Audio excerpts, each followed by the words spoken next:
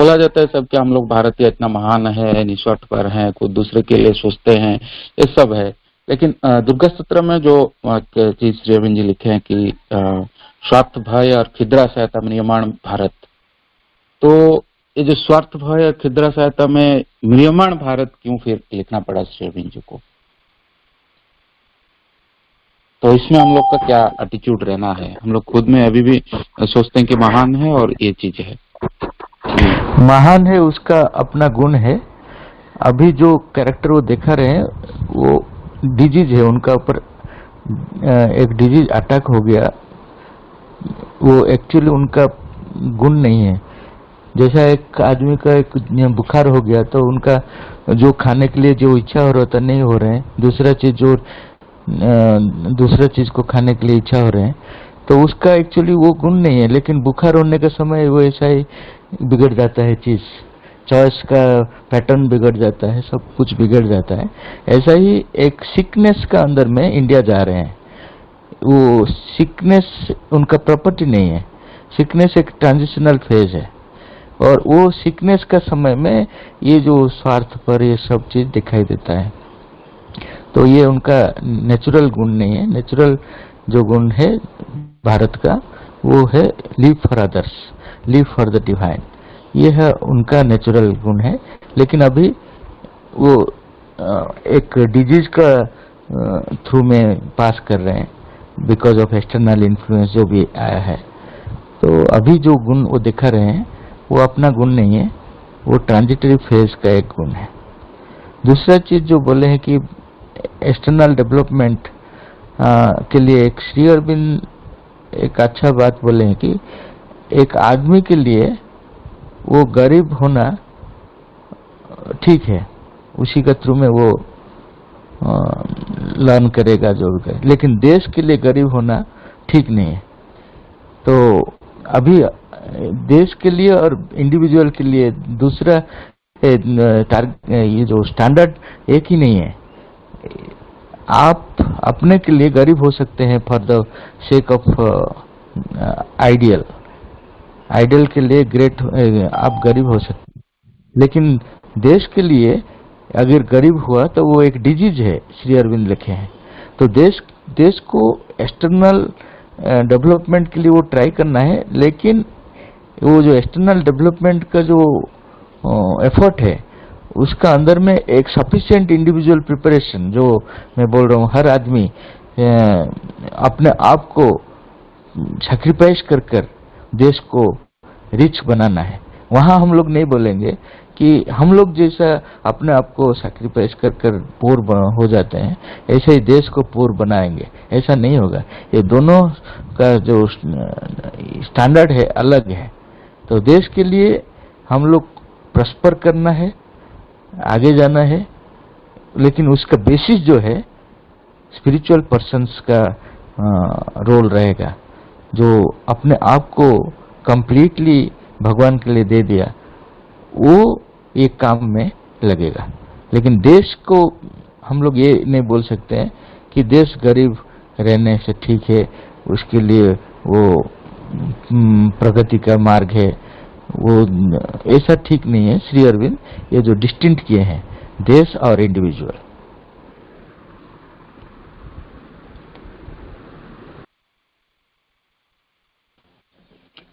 भैया इति मेरा मन में आता है एक पूर्ण युग में जो मैंने अभी जो पूर्ण युग में पद दिए हैं, एक पूर्ण युग एक ट्रू इंडियन सेम है कि दूसरा है?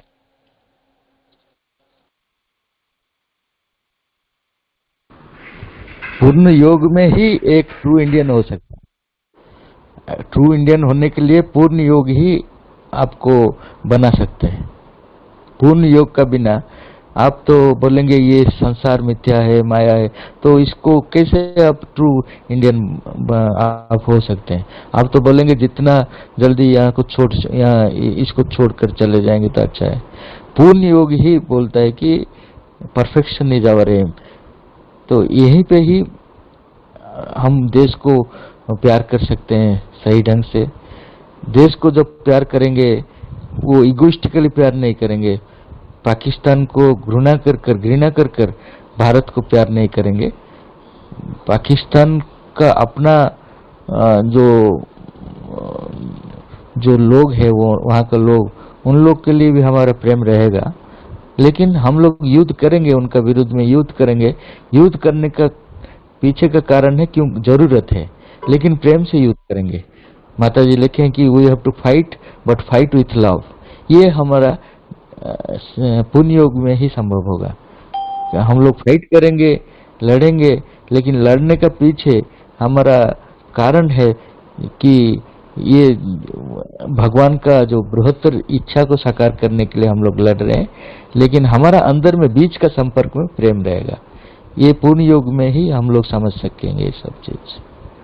सब प्रॉब्लम देखा जा रहा है, हड़ताल हो रहा है, एंड देखा रहा था टीवी में कि जो पीओके से चले आने के लिए वो लोग सोचते हैं ये इंडिया के लिए। ये सब क्या साइन है कि पाकिस्तान नहीं रहेगा, इंडिया साथ मिला हो जाएगा? ये सब साइन हम लोग बोल सकते हैं। पहला तो ये जो न्यूज में जो दिखाई देता है, इसमें 90% उनका अपना टीआरपी बढ़ाने के लिए दिखाते हैं। आप देखिए चंद्रयान के बारे में इतना फॉल्स न्यूज आ गया पहले। कल पता चला कि वो एक्टिव नहीं हुआ, लेकिन इससे पहले मैक्सिमम टीवी चैनल वो बोले एक्टिव हो गया, ये वो इंफॉर्मेशन दे दिया अपना टीआरपी बढ़ाने के लिए।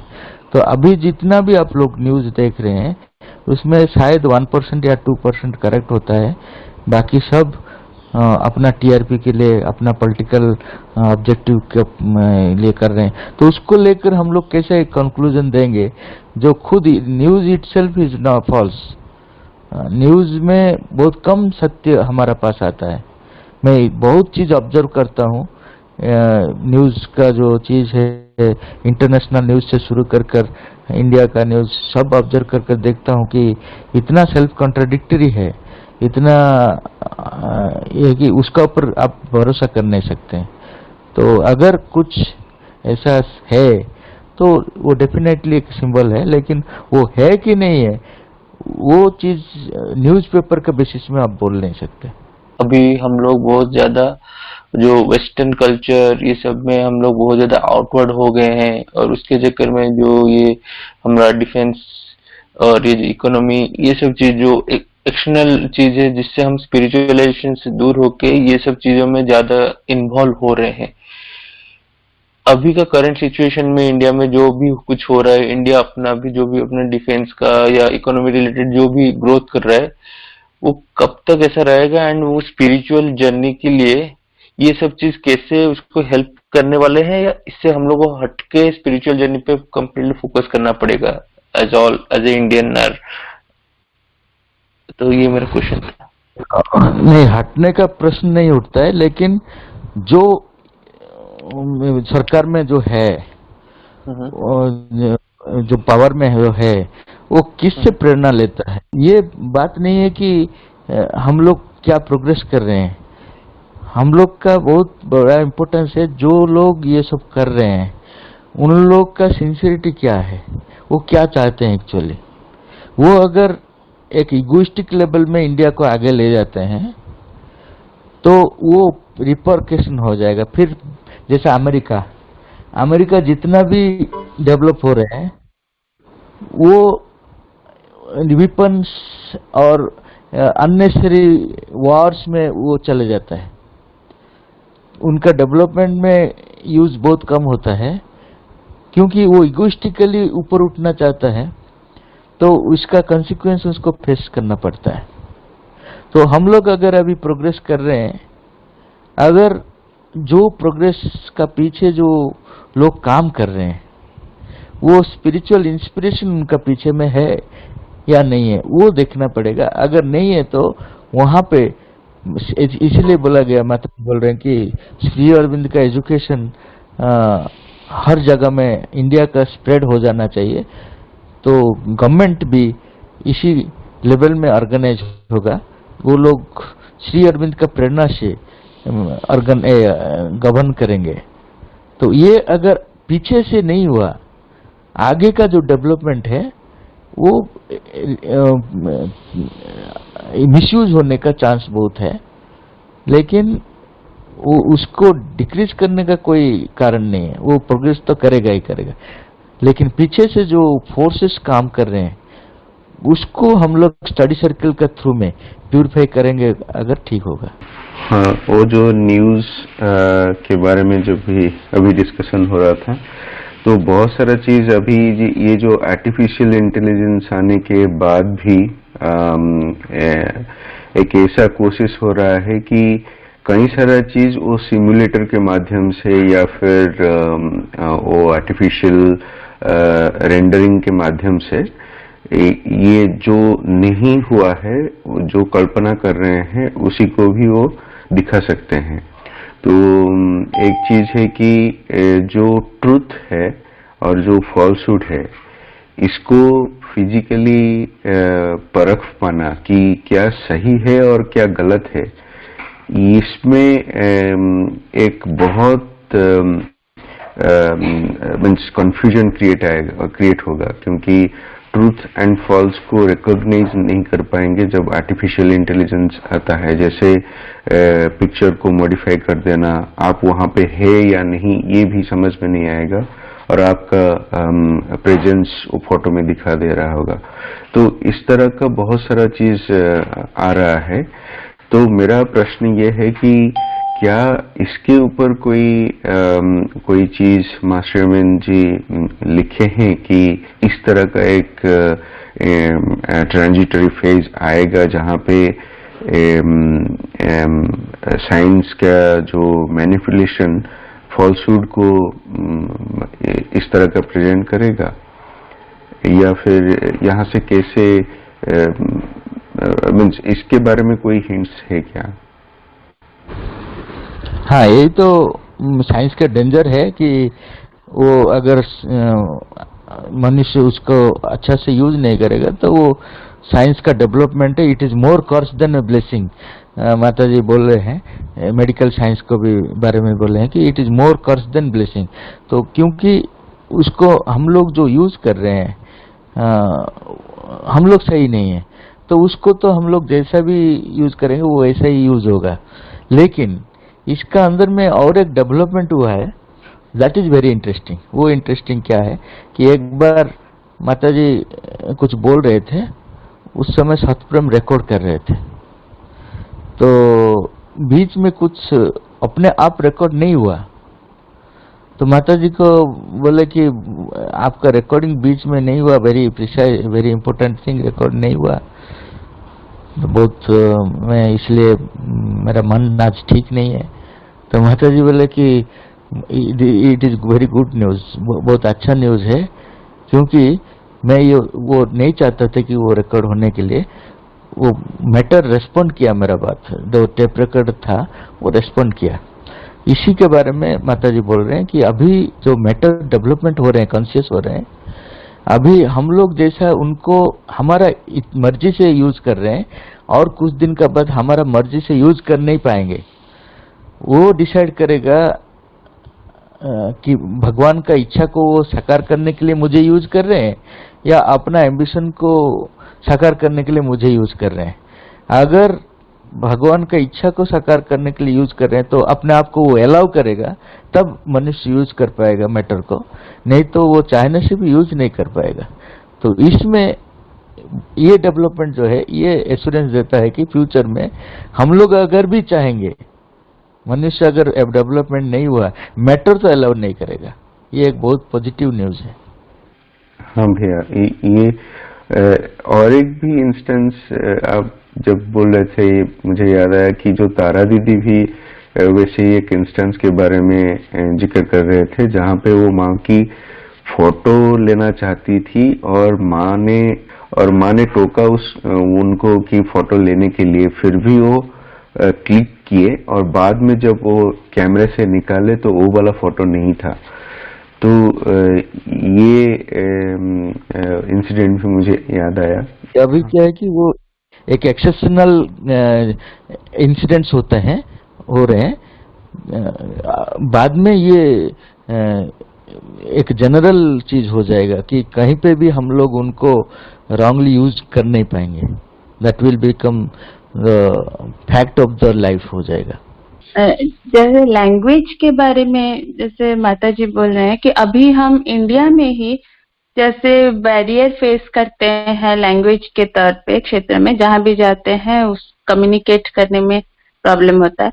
तो ऐसा भी होता है कि कभी कभी एकदम जब आंतरिकता के साथ, सिंसियरिटी के साथ जाते हैं तो लैंग्वेज सेम ना होने से भी एसेंस कम्युनिकेट हो जाता है।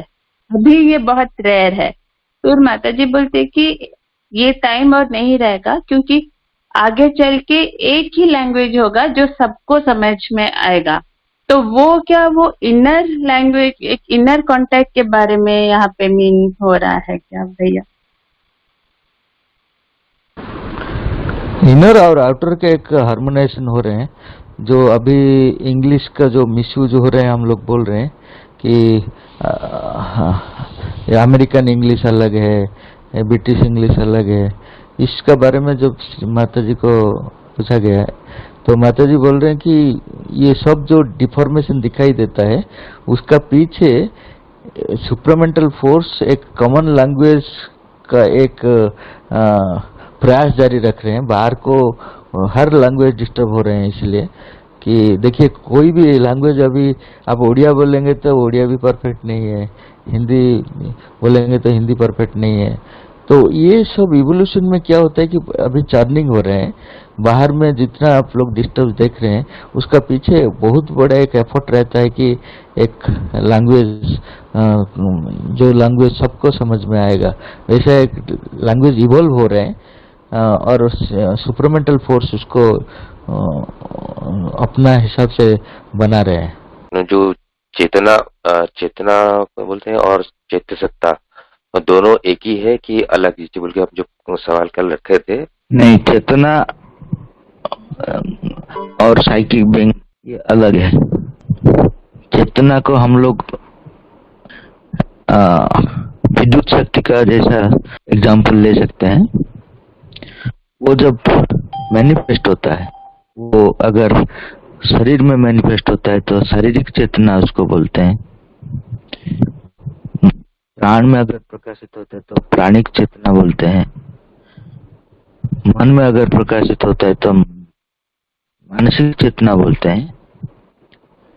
और चैत्य, चैत्य का मतलब यहाँ इंडिविजुअलिटी, हमारा जो व्यक्तित्व है, ईगो को रिप्लेस करेगा। ईगो को हम लोग अभी व्यक्तित्व सोच रहे हैं, मैं बोल रहा हूँ, वो एक्चुअली फॉल्स में है।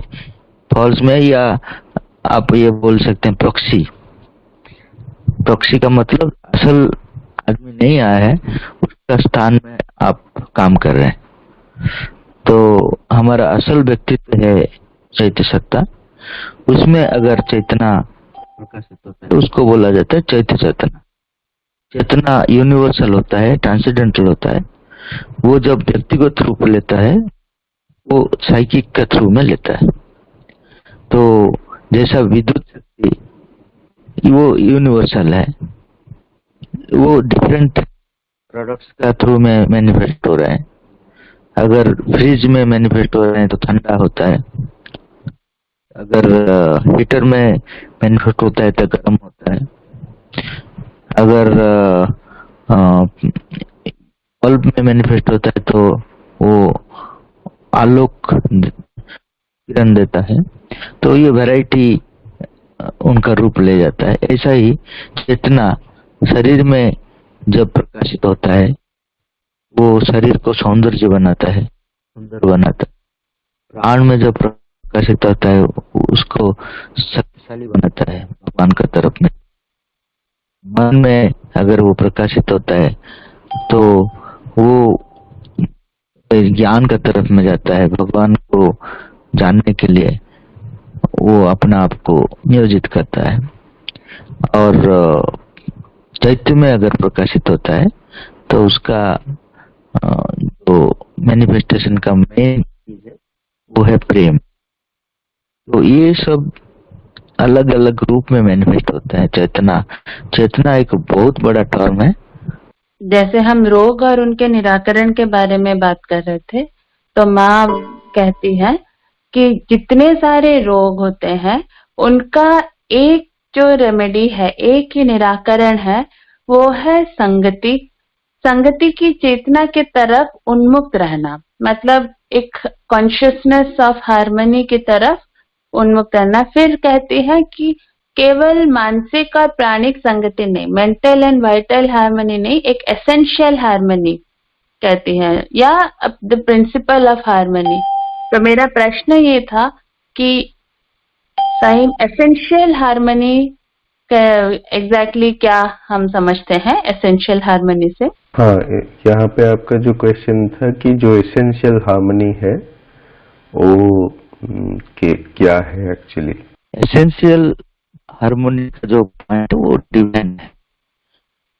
जो एसेंस में है वो ही हर चीज को कवर अप कर पाएगा। जो एसेंस में नहीं है वो हर चीज का पास पहुंच नहीं पाएगा।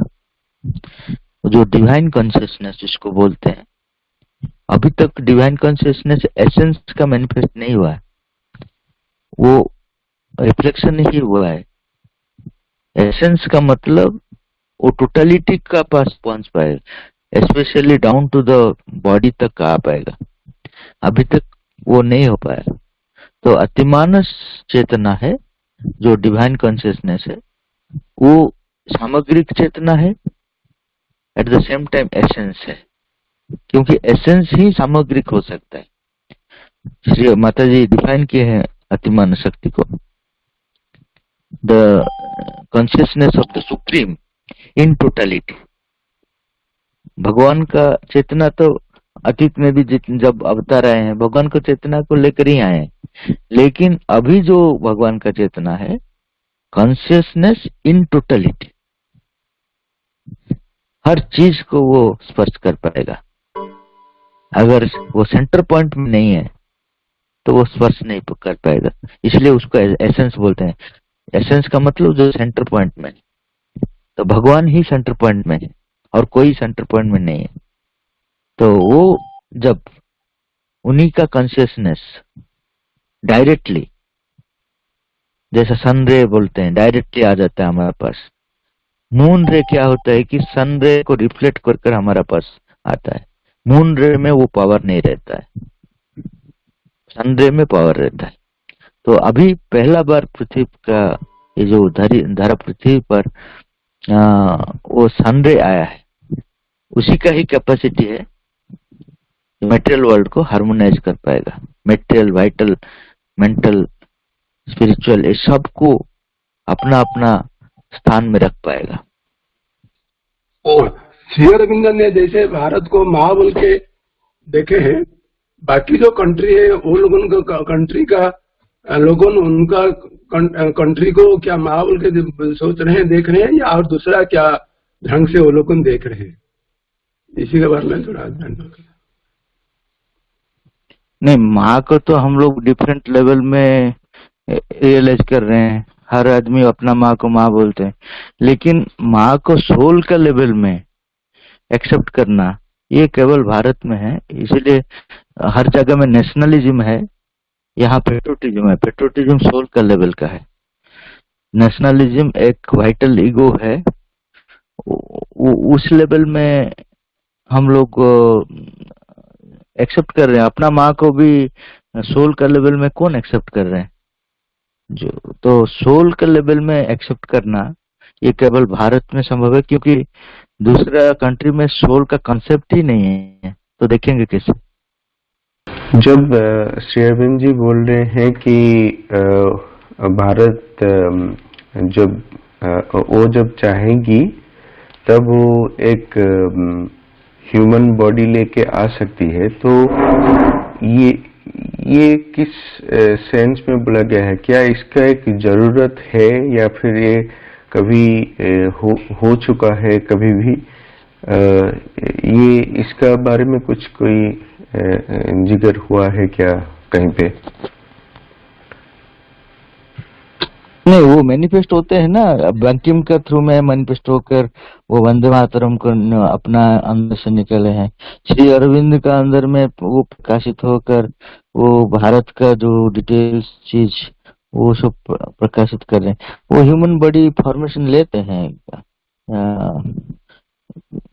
श्री अरविंद का बात छोड़िए, वो तो सुप्रीम हो गया, लेकिन जनरली वो एक मनुष्य का फॉर्म लेकर अपना जो काम जो प्रेरणा देना है वो आकर दे देते हैं। जितना आप विभूति है वो विभूति के थ्रू में वो मैनिफेस्ट हो रहे हैं, मैनिफेस्ट होकर अपना काम कराते हैं। ये जो भारत खंड है वो क्या सुप्रीम का एक पार्ट है क्या?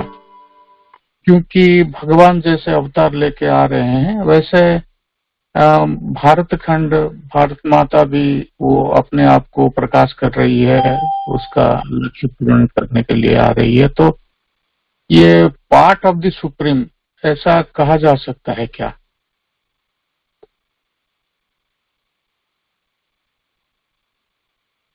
नहीं, सुप्रीम कॉन्शियसनेस अलग है, वो सेंट्रल कॉन्शियसनेस है। जो जितना कंट्रीज है वो यूनिवर्सल कॉन्शियसनेस में आते हैं। जो mother India is a universal mother बोला गया, यूनिवर्सल मदर और ट्रांसेंडेंटल कॉन्शियसनेस अलग है। सुप्रीम ट्रांसेंडेंटल में आते हैं, वो यूनिवर्सल में भी मैनिफेस्ट होता है लेकिन उनका ओरिजिन है ट्रांसेंडेंटल में, तो उनका प्लेस कोई भी नहीं ले सकता है, वो सेंटर में है। जो छोटे बच्चे लोग को बड़ा बड़ा रोग हो जाता है, जैसे कि मतलब 3 साल भी नहीं हुआ है बच्चे को, 3 महीना भी नहीं हुआ है, उसको हार्ट का रोग आ गया, हार्ट प्रॉब्लम आ गया, हार्ट में छेद आ गया, तो उसमें बोले कि वो जो बच्चा जिस जन्म लिया था उसका क्या पूर्व जन्म का कर्म का वो फल रहता है कि, क्योंकि अभी वो उसका जीवन शुरू भी नहीं हुआ है, तो इस जीवन में उसका तो कुछ चेतना का जो भी मतलब नेगेटिव वे की चेतना का प्रभाव उसके ऊपर पड़ा वो तो नहीं देखा गया है 3 महीना में, कुछ नहीं। लेकिन उसका क्या है, मतलब एक्चुअल कारण क्या हो सकता है? बाहर कारण तो सब देखते हैं, अंदर में अगर वो पूछे तो मैं इतना क्लियरली उनको बता नहीं पाया क्या हो सकता। हाँ, हम लोग जो 3 महीना 4 महीना बोलते हैं वो आत्मा के लिए कुछ नहीं, ड्रेस चेंज है। आप अगर एक ड्रेस पहन कर चले गए, दूसरा ड्रेस 1 घंटे का बीच में चेंज कर लिया, तो उस समय में कुछ नहीं होगा क्या? ये हम लोग का अज्ञानता है। ये सब कंटिन्यूटी है, टोटली लाइफ इनफाइनेट है, उसमें ये एपिसोड है। इसमें हम लोग एक शरीर दूसरा शरीर को चेंज कर रहे हैं, हम लोग सोचते हैं कि यहीं से शुरू हुआ है। ये बहुत बड़ा अज्ञानता है, ये कंटिन्यूटी है। कंटिन्यूटी में आप एक नया ड्रेस पहन लिया, नया ड्रेस पहनने से आपका क्या वे ऑफ लाइफ चेंज हो जाएगा क्या? ये गलत चीज है। तो वो जो लाइफ का जो एक्सपीरियंस लेना चाहते हैं और उसका कर्म फल है, सब कुछ मिलाकर वो चीज उनका जीवन में वो फेस करता है। वो कर्म फल हो सकता है, या एडवेंचर ऑफ सोल हो सकता है, या ऐसा भी हो सकता है कि जो जहाँ वो जो नया ड्रेस पहनने का लिए आया है एक्चुअली वो वातावरण उनको नहीं मिला है, तो वो डिसाइड कर रहे हैं अपने आप को छोड़ने के लिए। उसके लिए भी प्रॉब्लम हो सकता है कि ये एक एक्सपीरियंस भी हो सकता है कि मैं इस स्थिति में एक एक्सपीरियंस लेना चाहता हूँ, तो वो भी हो सकता है। ऐसा 1000 कारण हो सकता है। वो एक जो खुद अगर साधना करेगा तो वो एक्सपीरियंस करेगा। आप बोलेंगे कि एज नहीं हुआ, एज का साथ ये लिंक नहीं है, वो एक्सपीरियंस उस समय भी हो सकता है।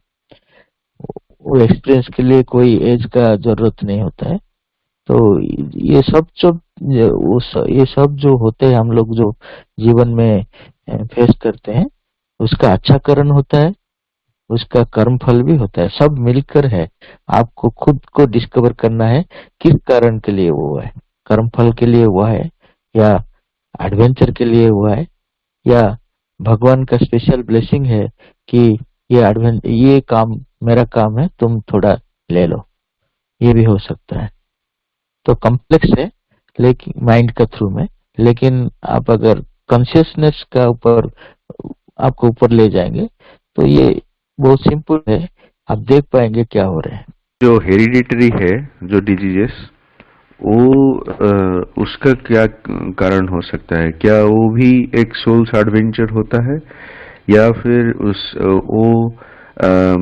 वो भी एक कर्मफल के हिसाब से देखा जाएगा, या फिर वो भी सेम चीज है, मीन्स कॉम्प्लेक्स ऑल चीज को मिला के एक एडवेंचर हो सकता है? नहीं, सबके लिए एक ही आंसर है। वो हेरिडिटी को भी वो चूज कर आया है, वो अपना फैमिली में ऊपर से जब चूज करता है, वो चूज करने का मतलब हर चीज को एक्सेप्ट करना है। ऐसा नहीं है कि मैं ये इससे हाँ, उसको वो निपट सकता है बाद में, लेकिन वो जहां आता है वो ये इतना समझ में आना चाहिए कि तो इन टोटलिटी वो एक्सेप्ट कर रहे हैं सोल, तो उसमें हेरिडिटी भी आता है। हेरिडिटी का इफेक्ट ज्यादा नहीं रहेगा अगर हम लोग कॉन्शियसली साधना करेंगे, तो टेम्पररी आउटर इफेक्ट है, लेकिन वो भी हम लोग चूज कर कराते हैं। जब एक एक जगह को जाते हैं तो उसका जो कंडीशन है हम लोग को पता है ना, फिर भी हम लोग जाते, मीन्स ओके ये नहीं चाहता हूँ, लेकिन फिर भी अगर वहां जाऊंगा तो वो कंडीशन को मैं एक्सेप्ट करूंगा, उसका बाद में निपट लूंगा। ऐसा ही है चीज। और कभी कभी वो जब हेरिडिटरी डिजीजेस जो पहले से आ जाता है, मीन्स अर्ली एज में आता है, और वहाँ पे जो एनवायरमेंटल प्रेशर है, जैसे पेरेंट्स हो, उनका फैमिली लोग हो, वो जिस तरह का ट्रीटमेंट उसको देते हैं, उसमें बहुत सारा मीन्स मीन्स जो यौगिक के विरुद्ध जो उपचार सब है, वो सारे चीज वो कर देते हैं, तो उसका इम्पैक्ट उसका फ्यूचर जब जीवन में आता है, तो उसको कैसे, वहां से कैसे वो रिकवर कर पाए? वो तो उसका ही चॉइस ही नहीं था कि उस तरह का उपचार उसके साथ हो। नहीं, वो अगर एडवांस सोल है तो उससे वो निकल पाएगा, नहीं तो वो मजबूरी का साथ रहना है। उसको भी एक्सपीरियंस का फील्ड में हम लोग लेते हैं, वो भी। तो ये कलेक्टिव पोजीशन है हम लोग का, इससे कोई निकल नहीं पाएगा। इसीलिए ट्रांसफॉर्मेशन तक ये एक मजबूरी का सिचुएशन का थ्रू में सोल जाता है। अगर अभी सोल चाहेगा कि मैं अतिमानव जैसा एक एटमॉस्फेयर में जीना चाहूंगा, तो संभव नहीं है उसको। अभी मार्केट में है, अवेलेबल है, आप अभी मार्केट जा रहे हैं, अच्छा चीज चाहते हैं खरीदने के लिए, लेकिन वहां जब जा रहे हैं, वहां जो अवेलेबल है उससे अच्छा ही आपको चूज करना पड़ता है। ये मजबूरी अतिमानव तक रहेगा। जो मार्केट जो आप बोल रहे हैं, जो परिवेश है, वो परिवेश के थ्रू में ही आत्मा को आगे जाना पड़ेगा, जब तक अतिमानव जगत नहीं आया। अतिमानव जगत में सोल टोटली फ्री होता है, लेकिन अभी कलेक्टिव मजबूरी रहता है, उसी का अंदर में उसको जाना पड़ता है। पेन सफरिंग के बारे में मैं पढ़ रहा था, तो वहाँ एक लिखा था प्रॉब्लम जहाँ है वहाँ पे सलूशन है। तो इसका पूरा व्याख्या थोड़ा मैं समझ नहीं पाया, थोड़ा हो सके तो इसे डिटेल में थोड़ा बोल दीजिए। पेन एंड सफरिंग के बारे में जब मैं पढ़ रहा था, वह लिखा जगह पे लिखा हुआ था जहाँ प्रॉब्लम है वहाँ सॉल्यूशन उधर ही रहता है। तो उसका मतलब क्या है, ये थोड़ा बोल दीजिए। को एग्जिस्ट ये बोलते हैं, प्रॉब्लम एंड सॉल्यूशन को एग्जिस्ट। हाँ, प्रॉब्लम जहाँ है सॉल्यूशन वहीं पे है। इसका मतलब है कि एक ही चेतना का एक स्केल रहता है। नीचे अब अगर नीचे रहते हैं वही प्रॉब्लम है, अगर ऊपर उठ जाते हैं वही सॉल्यूशन है। तो एक ही पास में है। इसका मतलब है कॉन्शियसनेस में सॉल्यूशन है। अब प्लेस चेंज करेंगे तो सॉल्यूशन नहीं है। तो कॉन्शियसनेस एक ही जगह में रहता है, आप नीचे आपका चेतना अगर निचले स्तर में रहता है तो हर चीज आपके लिए प्रॉब्लम है। आप अगर आपका चेतना अगर उच्च स्तर को ले जाते हैं तो वहीं पे प्रॉब्लम एग्जिस्ट ही नहीं करता है। इसलिए बोला जाता है जहाँ प्रॉब्लम है वहीं पे सोल्यूशन है। उस दिन आपा ने आलोचना किए थे कि जो लोग हमको आक्रमण करते थे हमको उसको टॉलरेट कर जाते थे, सह जाते थे। तो मेरा उल्टा उसका प्रश्न भी था उसमें, मैं जानने के लिए चाहता हूं कि हम क्यों सहेंगे। एवं शिवेंद्र ने उनको जो अनुसरण सहमति है उनको आगे जो बंगाल निष्फल प्रचेष्टा उनको जो वहां के बंगाल को आदमी के लोग के बच्चे मन के लोग के जो युवक साथ कर लेके जो मीटिंग करते थे और कैसे हम इंग्रेज के यहाँ से भगाएंगे उनको जो चर्चा करते थे, उसी जगह में शिवेंद्र ने एक हाथ में तलवारी देते थे और एक हाथ में गीता देते थे। तो मैं सुबह उसको पढ़ रहा था एवं मेरा ध्यान में आया है कि हम अगर भाई ने जो बोलते हैं, निराकार भाई ने जगह बोले थे कि अगर हमारा जो मुंह सिर में जो है बाल में, अगर हम तो जुहा बोलते हैं उसको, क्या बोलते हैं, उसको हटेंगे कि रहने देंगे। मैं शायद समझता हूं ये कि उसको जुहा जो है, जो सिर में जो कीड़ा रहते हैं उनको हटाना जरूरी है। तो इसीलिए मैं शायद सोचता था कि जो इंग्रेज को भगाने के लिए खतरतर मतलब जो जैसे बोलते हैं कि क्या बोलते हैं, तो इसीलिए उसको मैंने तलवारी का जरूरी है।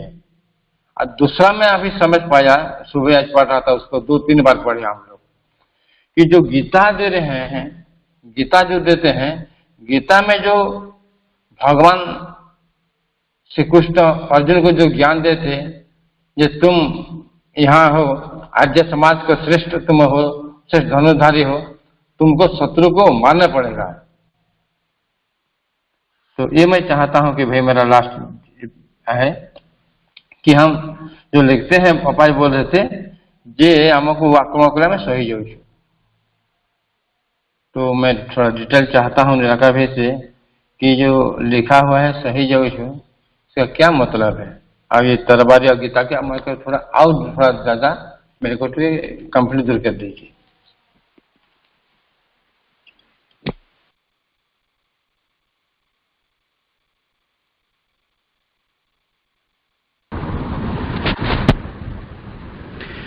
उसको अभी फैक्चुअल में नहीं समझकर उसको हम लोग अभी सिंबॉलिकली समझना है। एक है ज्ञान है और एक है शक्ति है। ये दोनों हमारे साथ रहना है अगर सही में हम लोग किसी चीज में विजय हासिल करना है। बहुत लोग ज्ञानी है लेकिन उनका पास साहस नहीं है तो वो कुछ कर नहीं पाते, और बहुत लोग का पास शक्ति है लेकिन उनका पास ज्ञान नहीं है तो वो दुरुपयोग कर रहे हैं। तो ये दोनों का जो समन्वय, वो जो एक हाथ में गीता है, दूसरा हाथ में जो खड्ग है, ये खड्ग क्या है? शक्ति है। अगर इसको नियंत्रण नहीं किया जाएगा सही डायरेक्शन में तो वो ध्वंस प्रक्रिया में ही सहयोग करेगा। अगर ज्ञान उसका पास है तो सही रास्ते में जाएगा, जो जरूरत नहीं उसको वो निकाल देगा, जो जरूरत है उसको वो कुछ नहीं करेगा। तो ये ज्ञान और शक्ति का समन्वय चाहिए, इसी सब से हम लोग को समझना है। अगर हमको जहां पर जैसा जरूरत है हम ऐसे ही करेंगे ज्ञान को लेके। अगर हमको तलवारी की जरूरी है तलवारी में उसको युद्ध करेंगे, अगर गीता के ज्ञान में उसको खंडन करना है तो ज्ञान में उसका खंडन करके बूझेंगे हम लोग भी। वो तो ज्ञान बताएगा। आप ये अभी से डिसाइड कैसे करेंगे? आपके पास अभी ज्ञान नहीं है, तो ज्ञान आएगा तो ज्ञान आपको बताएगा क्या करना है क्या नहीं करना है। उस समय आपका पास जो भी इंस्ट्रूमेंट है उसको यूज करने के लिए अगर बोलेगा तो करेंगे, उसमें क्या है।